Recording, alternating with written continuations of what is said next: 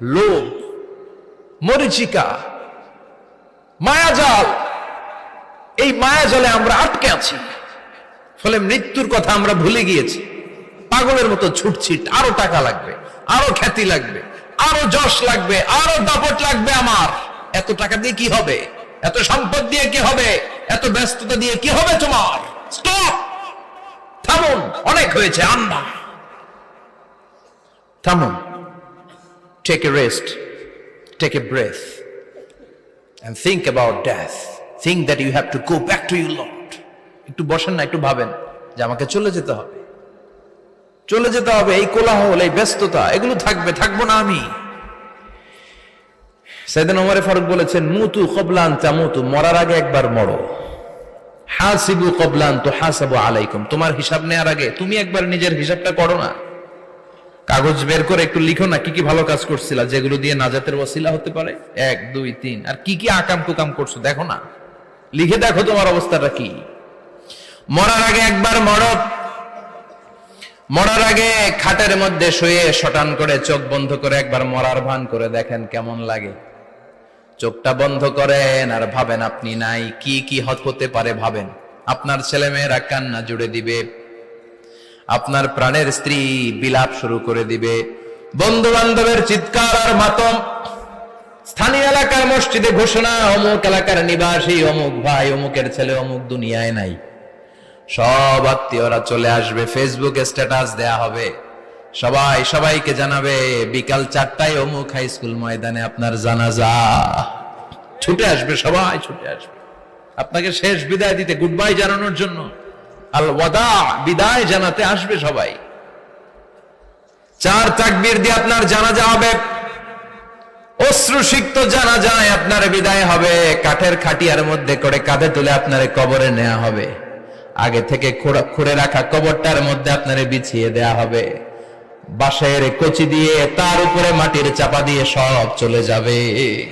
ভাবেন না একবার চোখ বন্ধ করে, this is the circle of life, this is the nature of life. এটা সবার হবে, আমার হবে, আপনার হবে। এত মায়া, এত ভালোবাসা কই যাবে? কেউ থাকবে না, সবাই আপনার অন্ধকার কবরে রেখে দিয়ে চলে আসবে। উপরে বাঁশের কঞ্চি, তার উপরে মাটির চাপা, অন্ধকার আর অন্ধকার।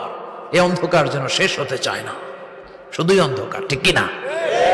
এজন্য আমাদের চলে যেতে হবে। দাদা গেল, চাচা গেল, মামা গেল, আমাদেরকেও যেতে হবে, জোরে কোন ঠিক কিনা? একদিন মাটির ভেতরে হবে ঘরে মন আমার, কেন বন্ধ দালান ঘর, প্রাণ পাখি উড়ে যাবে পিঞ্জর ছেড়ে।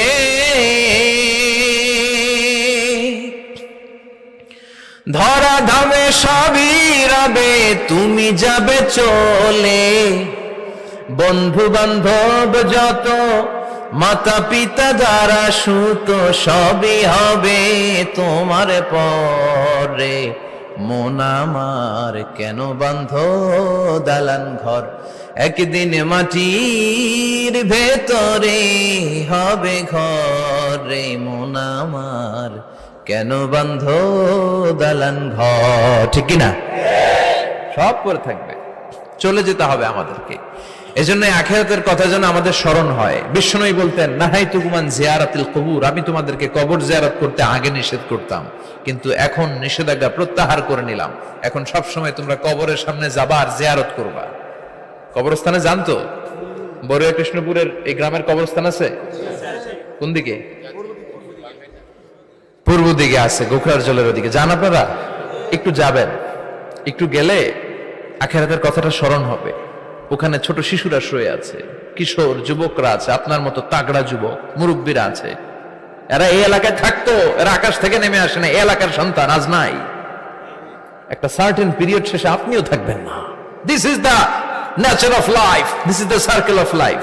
ছোট্ট শিশু হয়ে এসেছিলেন, শৈশব, কৈশোর, যৌবন, প্রৌঢ়ত্ব। আগে ছিলেন সিঙ্গেল, বিয়ে করে হয়ে গেলেন ডবল। এরপরে আল্লাহ আপনাকে একটা মেয়ে দিল, এরপরে মেয়েকে বিয়ে দিয়ে শ্বশুর হলেন, এরপরে ওই মেয়ের ঘরে সন্তান হতে নানা হলেন। আর কতদিন? অনেক দিন হলো তো, অনেক লম্বা সময় পেয়েছেন আপনি। Think about death. এবার যাওয়ার কথা ভাবেন, আখিরাতের সামানের কথা ভাবেন, ফিরে যেতে হবে। কি শক্তিশালী যুবক, বার্ধক্য চলে আসলে লাঠি ছাড়া চলতে পারে না। কুচকুচে কালো দাড়ি সাদা হয়ে যায়, দাড়ির শুভ্রতা, বয়সের ভার, রং ধরা যৌবন জং ধরে শেষ, ঠিক কিনা? This is the circle of life. যুবক ভাইরা, এটাই জীবন, চলে যেতে হবে, কেউ থাকতে পারবে না, ঠিক কিনা? এটা রিমাইন্ডার আল্লাহ এই সূরার ভেতরে দিয়েছেন যে তোমাদেরকে ফিরে যেতে হবে, এই লোভ লালসা ছেড়ে দাও। রব্বুল আলামিন বলেন, আলহাকুমুত তাকাসুর হাত্তা যুরতুমুল মাকাবির।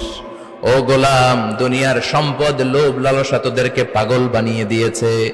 এই লোভ পাগলামি কোনোদিন তোদের থামবে না যতদিন না তোরা কবরে ঢুকবি, ঠিক কিনা? কার কথা? আল্লাহ বললেন, দুনিয়ার সম্পদ আর লোভ আর মোহে তোমরা গাফেল হয়ে গিয়েছো। আখিরাতের কথা বেমালুম তোমরা ভুলে গিয়েছো, কিন্তু আখিরাতে তোমাদের যেতেই হবে, কবরের বাড়িতে তোমাদের ঢুকতেই হবে, ঠিক কিনা? যেতেই হবে, আমরা ভুলে যাই। আলহাকুমুত তাকাসুর, অতিরিক্ত পাওয়ার লোভ, বেশি বেশি খাওয়ার লোভ, বেশি বেশি জমানোর লোভ মানুষকে গাফেল বানিয়ে দিয়েছে। এটা মানুষের স্বভাব, আরো চাই আরো চাই, এই স্বভাবটা আছে না নাই? দেখবেন ছোট বাচ্চারা মসজিদের দোয়া অনুষ্ঠান শেষে জিলাপি দেয় না? বড়ুয়া কৃষ্ণপুর কি দেয়? আগে বাতাসা দিত না, এখন কি দেয়? জিলাপি দেয়, মিষ্টি দেয়। তো মসজিদের 2-3 গেট থেকে যদি দেয়, ছোট বাচ্চারা দেখবেন এদিক দিয়ে কয়েকটা নিয়ে আবার ওই গেটে লাইন ধরে। ওর হাত হলো ছোট হাত, ওর হাত ভর্তি জিলাপি, আর নেওয়ার জায়গা না, এরপর আরেক জায়গায় লাইন ধরছে, আরো লাগবে আরো লাগবে, এই আরো আরো আরো চাই, এই স্বভাবটাই মানুষকে কুড়ে কুড়ে শেষ করে দিয়েছে। এত লাগবে কেন তোমার? চাহিদার কোনো শেষ নাই, unlimited demand of human being.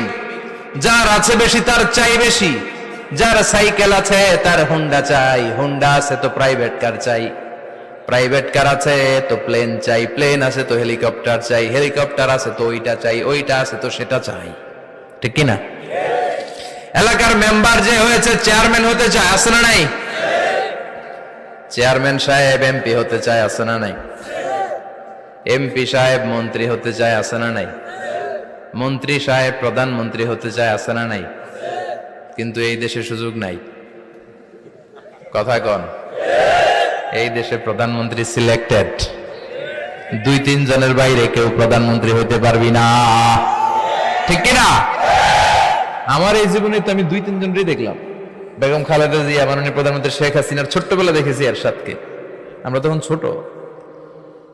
তো মানুষের চাহিদার কোনো শেষ নাই, যার আছে বেশি তার চাই বেশি। এজন্য বিষ্ণু বলেছেন, উনজুরু ইলা মান হুয়া আসফালা মিন, তোমার চেয়ে যে খারাপ আছে ওর দিকে তাকাও। ওয়ালা তানজুর মান হুয়া আ'লা মিন, তোমার চেয়ে যে ভালো আছে ওর দিকে তাকায়ও না, তোমার চেয়ে যে খারাপ অবস্থানে আছে ওর দিকে তাকাও। অনেকে নিজের অবস্থান নিয়ে সুখী না, এরকম আছে না নাই? আল্লাহ আমার এটা দিল না রে, ওইটা দিল না রে, পাইলাম না রে, কিচ্ছু হয় না, কি করব জীবনে, হতাশ। আসলে আছে কিন্তু অনেক, কিন্তু শুকরিয়া নাই, ডাকাত, ঠিক কিনা? নিজের অবস্থান নিয়ে সুখী না, কিন্তু অনেক লোক আছে তারা আপনার অবস্থানে পৌঁছতে চায়। তাদের দিকে তাকিয়ে দেখেন, আপনি যে অবস্থানে আছেন এই অবস্থানে পৌঁছাটা অনেকের কাছে স্বপ্ন। তারা প্রতিনিয়ত সংগ্রাম আর স্ট্রাগল করে যাচ্ছে আপনার অবস্থানে পৌঁছতে, আর আপনি এটা নিয়ে সন্তুষ্ট না। শেখ সাদির নাম শুনেছেন? বালাগাল উলা কাশাফাত দুজা, এই কবিতাটা রচয়িতা, ইরানের বিখ্যাত এক কবি। উনি একবার আর্থিক সমস্যার মধ্যে দিয়ে সময় কাটাচ্ছেন, টাকা নাই, পয়সা নাই, পায়ে দেওয়ার মতো জুতা নাই। উনি খুব দুঃখ পেলেন, হায় রে, আমি ইরানের এত বড় কবি, আমার পায়ে দেওয়ার মতো জুতা নাই। দুঃখ ভরা মন নিয়ে রাস্তায় হাঁটতে বেরোলেন। হাঁটতে হাঁটতে হঠাৎ দেখলেন একটা লোক শুয়ে শুয়ে কাঁদছে, ওই লোকটার 2টা পাই নাই, পাই নাই। উনি সেজদায় পড়ে গেলেন, আল্লাহর কাছে ক্ষমা চাইলেন, আল্লাহ অনেক দিয়েছো, শুকর আলহামদুলিল্লাহ। এজন্য যেই পরিস্থিতিতেই থাকি না কেন আমরা কি পড়বো? জোরে বলেন, কি পড়বো? এজন্য কানাতু মিনাল ইসলাম, অল্পে তুষ্ট থাকার নাম হলো ইসলাম। সম্পদ লাগবে কিন্তু সম্পদের পাহাড় লাগবে না, ঠিক কিনা? অল্প খান, অল্প পড়েন, অল্প জমান, অল্পের ভেতরে বরকত ঢুকায়া দিছে কে? দেখবেন যাদের সম্পদ অল্প তারা সুখী বেশি। জরিপে এটা দেখা গিয়েছে, অনেক সার্ভেতে এটা এসেছে, যারা সম্পদশালী এরা দুঃখী বেশি, এদের দুঃখ বেশি। টেনশন বেশি, খুব স্বাভাবিক। টাকা যার বেশি, রোগ তার বেশি। টাকা যার বেশি, টেনশন তার বেশি। টাকা যার বেশি, ঘরে শান্তি তার কম। আছে না নাই? ঘরের ভেতরে অশান্তি, ছেলে কথা শোনে না, ছেলে টানে গাঞ্জা, মেয়ে করে পরকিয়া। আছে না নাই? স্ত্রী কথা শোনে না, ভালোবাসা নাই, ঘরটা জাহান্নামের টুকরা। রোগ বালাই, এক একটা হসপিটাল বিল পরিশোধ করতে মাসে 5 লাখ 10 লাখ। আছে না নাই? কিছু খেতে পারে না, ডাক্তার একেবারে ডায়েট মেনু বেঁধে দিয়েছে। Diet, very diet menu. এটা এটা এটা এটা কিছুই খাবেন না, শুধু গরু খাবেন না, খাসি খাবেন না, চিংড়ি খাবেন না, খালি ঘাস খাবেন। ইচ্ছে মতো ঘাস খাবেন, মানে ঘাস জাতীয় যত আইটেম আছে সব খাবেন। শাক খাবেন, সবজি খাবেন, সালাদ খাবেন। গরু, চিংড়ি, মুরগি, গোশত, ইলিশ কিছু খেতে পারে না। তাহলে রোগ বেশি, খাওয়ার মজা নাই, ঘরে সাংসারিক শান্তি নাই, খালি ব্যারাম আর ব্যারাম। ঠিক কিনা? কিন্তু সম্পদের পাহাড় ঘটেছে। আর অল্প যারা খায়, অল্প পড়ে, রিক্সাওয়ালা, কুলিওয়ালা, অল্প বেতনের চাকরি, কিন্তু হক হালালি মেনে চলে, দেখবেন শান্তি আছে অনেক। হ্যাঁ, বাসা ভাড়া দেয়, ফ্যামিলি চালায়, বাচ্চাদের স্কুল বিল, এরপরও মাস শেষে 1-2 হাজার টাকা হাতে থেকে যায়। আর ওর প্রতি মাসে 10 কোটি টাকা ইনকাম, তারপরও ব্যাংকের ঋণ আছে না নাই? সুখ কারে বলে? কিভাবে আপনি সুখকে ডিফাইন করবেন? সুখ তো টাকায় কিনা যায় না। শান্তি টাকা দিয়ে হয় না, শান্তি দেওয়ার মালিক কে? শান্তি আছে অল্প খেয়ে শুকর করার মধ্যে, শান্তি আছে আলহামদুলিল্লাহর মধ্যে। চিল্লায় বলেন ঠিক কিনা? এজন্য অল্প খাবো, অল্প পড়বো, অল্প জামাবো। অল্পের ভেতরে বরকত দিয়েছে কে? দেখেন, ধনী ভাইরা খেতে পারে না, কিন্তু রিক্সাওয়ালার কি সমস্যা হয়? রিক্সাওয়ালারা সব খেতে পারে। কুলিওয়ালা, দিন মজুর, এরা একেবারে স্লিম, সুঠাম দেহি, মেদহীন পেট, পেটে কোনো মেদ নাই, ভুড়ি নাই। আর কোটিপতিদের মেদ আছে না নাই? এত বড় বড় পেট। ঠিক কিনা? আমাদেরও পেট আছে, তবে হালাল পেট। এটা হারাম টাকা দিয়ে এই ভুড়ি বানাই নাই আমরা। ছেলে বলেন ঠিক কিনা? রিক্সাওয়ালা, কুলিওয়ালা নিজেও নামাজ পড়ে, বউ নামাজ পড়ে, বাচ্চাটাও নামাজ পড়ে, রিক্সা চালায় আর জিকির করে লা ইলাহা